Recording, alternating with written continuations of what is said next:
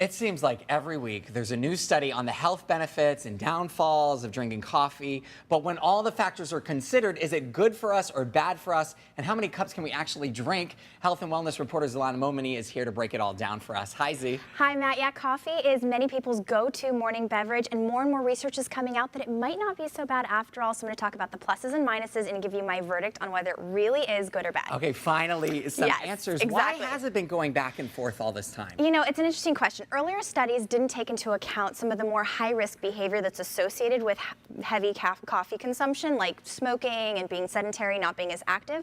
So newer studies are really taking this into account, controlling for that when they're looking at the results. So it's more valid. Okay, research. So what are the latest results saying? So the latest large study that looked at coffee benefits showed that it does lower our risk of death, whether or not we're drinking caffeinated or decaf coffee. So that's really positive news. It's not strong enough to suggest that non-drinkers should all of a sudden start drinking coffee, but there's definitely no risk and there are some benefits. That's some real positive news. It's really positive. It slows definitely. down death. Yeah. So is it because of the caffeine or the actual coffee It's itself? because of the actual coffee. Another study recently came out that showed that it lowers our risk of chronic diseases such as Alzheimer's and dementia, and can lower aging issues such as, motor, developmental, or cognitive issues as we age. So these brain protective effects are due to the high antioxidant levels in the coffee, not just the caffeine. Okay, so does the caffeine have any benefits? Yeah, it does.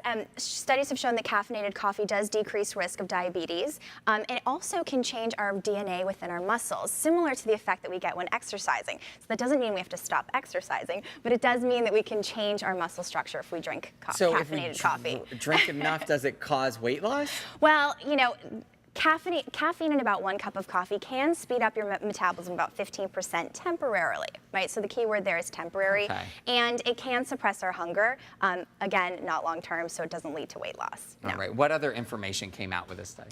A study in the Journal of Cancer Research showed that it can decrease our risk of getting one of the most common forms of skin cancer, basal cell carcinoma. So that's extremely positive. Yeah, and that's becoming more and more common. Exactly. So what are we've heard a lot of the positive about this, but what are some of the negative effects? Because there has to be some. There are. I mean, women who are pregnant or receiving fertility treatment should definitely talk to their doctors about caffeine consumption, coffee consumption in general. If you're struggling with insomnia and depression, high caffeine, over 4 cups a day can cause restlessness and anxiety and a myriad of other issues. So definitely you want to reduce your consumption there. And regular use does cause dependency. So if you stop drinking coffee abruptly, you will get headaches and fatigue over a day or two. And so many coffee drinks now, you go to these coffee shops, they have sugar and cream just pumped into them, and you can't be having that's just added calories to your diet. You don't want any of that. So you can use healthier alternatives. If you need a sweet or creamy drink, use almond milk or agave. Okay. There's lots of options. So, okay.